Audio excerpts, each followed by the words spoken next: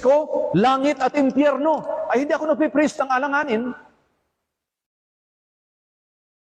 I don't want to be too particular right now because I might go straight to your bones at lalo kang magagalit. The point is, what is written here, I will speak. Yung hindi, malabo.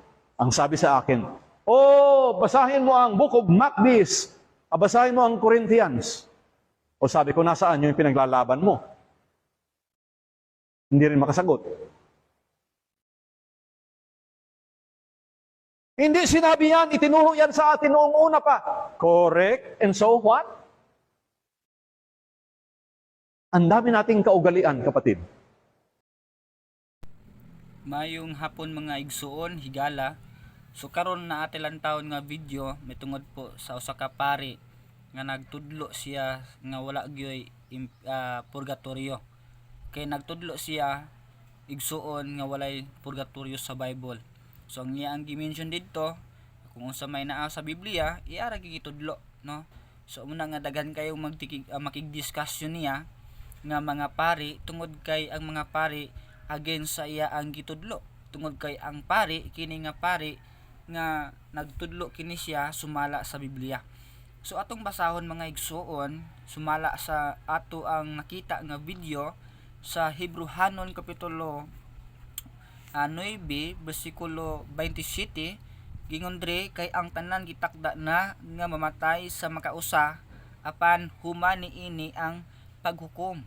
So sumala igsuon sa Biblia nga kung ang usa ka tawo muabot man sa gitawag kamatayon lawas noon, ang iya ang lawas dili mo adto og purgatorio. But pasabot hukman ang iya ang kalag sa Ginoo. Og duha lang ang pwedeng mahitabo sa kalag igsuon higala nga ang iya ang kalag nga kung wala nakadawat ni Kristo Hesus maimperno siya.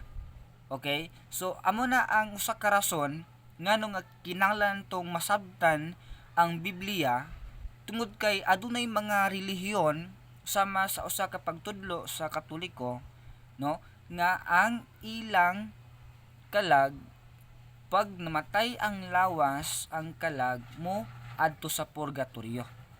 Sumala sa pare nga iyang gitudlo, iyang gisulti, dili kana tinuod. Maskin pa gani si Dr. Jose Rizal. Kay balo ba mo igsuon higala nga kini si Dr. Jose Rizal mismo usab nga nagsulti nga walay purgatorio sa Biblia. Wala kini gitudlo sa Ginoo ang purgatorio. Duha lang ang gimension sa Biblia, langit ra gyud og impierno. Muna karon igsoon higala, kung ikaw mamatay manggaling, ang imo ang kalag dili mo adtog purgatorio. Kung wa ka dawat ni Kristo, imong kalag maimpierno. Kung ikaw buhi pa nga wala ka sigurado nga imong kalag luwas na, but pasabot ang imo ang kalag, naa na siya nagpadulong sa impierno. Ang impierno igala igsuon tinuod kini. Ang impierno igsuon dili man ka mutuo, dili man ka maminaw, ang Biblia dili mausab.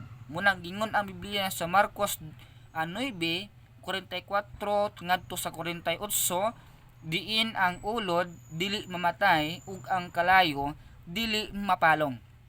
Timan ni igsuon higala nga ang kining impierno usa kini siya ka lugar nga diin ang kalag pagasakiton, no? Magsakit ang kalag sa walay katapusan. Buto sabot ang kanang mga tawo nga na kung ang patay na, okay? So kung ang patay na nga tawo ampuan na sa mga buhi, dili na siya makadungog. Masin pa imo ang pangutan-on ng mga nagampo niya, o masin pa ang pari nga imong pangutan-on igsuon higala nga kung kanang tawhana nga giampuan, no, makasigurado baka nga kana siya moadto og langit ug kanus-a. Unsang bulana o unsang tuiga nga ang iya ang kalag moadto og langit, no? Muna nga dili na makatubag ng mga tawhana kung imong pangutan-on. Dipindi ra gyud sa Ginoo. But pasabot kung dipindi ra sa Ginoo igsuon higala, wala gyud sila'y assurance nga ang kanang inyo ang giampo kanus-a na matuog langit. Muna igsoon higala kabantay ka sa Lucas 16 kung magbasa ka sa 19, no, adunay usa ka panghitabo sa dato og kato si Lazaro nga pobre. Sa lagtod nga pagistorya igsuon higala, namatay ang pobre nga si Lazaro. Dili but pasabot nga pobre siya, nalangit na siya. Dili kay ingon kay dato manggutong tawhana na imperno na siya. Ang kalainan nila kay kato si Lazaro nga pobre nga tao, masin pa siyang pagka-pobre nga sitwasyon, iya ang dawat si Jesus Christ, iya ang gituuhan si Kristo. Wala man gisulti sa pulong sa Ginoo, pero nakabalutay igsuon higala nga iya agyod nasabtan ang kaluwasan, iya agyod na dawat nga si Kristo lamang ang manluwas sa iyang kalag. Kaya sumala sa Biblia sa Pinadayag 20:15, kung ang imong pangalan kung wala nasulat sa libro sa kinabuhi, ang imo ang kalag, no, pagalaglagon dito sa impierno.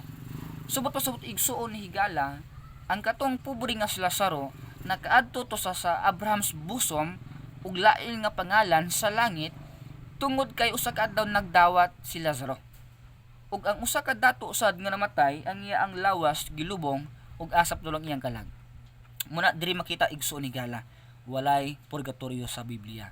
Kay ang katong dato human niya mamatay, ang iyang lawas gilubong ug ang iya ang kalag pagmata niya gingon sa verse 24, no, pagmata niya na nasa sa impierno. Ug ibalo ba ka igsuon higala nga once ang tawo maimperno, wala na gyoy paglaom. Masin patanang tawo nga muampo nimo, pangayuan kag pasaylo sa Ginoo, pangayuan kag tabang sa Ginoo, once ang tawo nga na impierno na, dili na siya makalingkawas sa kalayo sa impierno. Muna karon igsuon higala, dawata si Jesus Christ nga mga bugtong ug manluwas imong kalag. Tuuhi ra gyud ang Ginoo nga may makaluwas nimo. Dili ang imong may binuhatan, dili imong binuhatan ang makahatod nimo sa langit. Maskin pa nga unsa man na klase nga binuhatan imong buhaton. Gingon pang Isaiah 64 bersikulo 6 nga sama ka sa trapo at ubangan sa Ginoo. Ikaw ug ako makasala ta. Mas daghan pang sala nga gibuhat ang tawo, mas bugat pa ang sala gibuhat ang tawo kaysa mga maayo, di ba? Kwintaha ang imo ang sala sa imong mata, kwintaha ang sala sa imong baba nga manggawas, kwintaha ang sala nga imo ang ginabuhat matag adlaw, kwintaha ang pagpamakak nimo matag adlaw, kwintaha ang imong kasing-kasing kung gadumot bana. So inana mga igsuon higala, daghan kay sala nga mabuhat ang tawo kung ang binuhatan pa ang makaluwas nimo. No, ang pangutana, pila ka butang, pila ka maayong buhat ang ato ang buhaton para makatudto sa langit, di ba? So muna importante igsuon higala nga masabtan nimo igsuon pagmata na. Okay, pagmata na sumala sa ani nga pari, wala gyoy purgatorio sumala sa iyang gisulti, ug yes tinuod kana walay purgatorio sa Biblia. Naa may purgatorio sa Biblia sa Katoliko tungod kay ila ka nang gidungagan, ila ka nang gisulat nganuman kay aron makakwarta sila pinagi sa pagampo anang patay nga tawo. Muga nang giingon ang Biblia, sila ang Biblia sa ikaduhang Makabyo, okay? Nga ang pagampo anang patay na ay 2,000 nga bayad. Ambot karon kung ginapabayad pa ba ang mga tawo, pero gikinahanglan nilang bariyan ang tawo, ampuan nila. Kay kung walay serbisyo, dili ang ilang kalag matuog langit. Pero usa na siya ka limbong nga pamaagi igsuon higala, wala lang ka kahibalo nga pinagi diha gikwartahan lang ka. Okay? So walay paglaom ang taong patay na nga iyang kalag niadto na og impierno. Munang gingon ang Biblia sa ikaduhang Korintos 6:2, karon ang adlaw sa kaluwasan. Ayaw na pabta kung matay ka. Kay ang kamatayon wala man kay kahibalo. Wa ko kahibalo. Ug ikaw sa dili ka kapangaraste sa imo ang kinabuhi kung ugma na pata. Munang gingon ang Biblia sa Proverbs, ayaw pagpasigarbo sa imo ang kinabuhi. Numan, kay wa ka nasayod sa ugma. Ug gingon ang James chapter 4 verse 14, ang atuang kinabuhi sa malang sa alis nga aso. May imagine mo na igsuon higala nga usa lang ka pitik pwede na ang atong lawas mamatay. Dili ikaw ang tagiya, dili ako ang tagiya. Masin pag unsa man ka amping simo ang lawas, masin pag unsa man imo ang vitamin nga imong giinom sa imong lawas, masin pag mag-exercise ka matag adlaw, matag udto, matag hapon, once ang kamatayon manuktok na sa imong kinabuhi igsuon higala, dili ka kabalibad sa gitawag kamatayon. Ang pangutana, nakasigurado na ba ka nga ang imo ang kalag sa langit na mapauli? Duha ra gyud ang destinasyon sa imo ang kalag igsuon higala, langit ra gyud og impierno. Langit ang tawo kung nakadawat ni Kristo Jesus nga iyang bugtong og manluwas sa iyang kalag, terus ang madawat samtang buhi pa ka igsuon higala.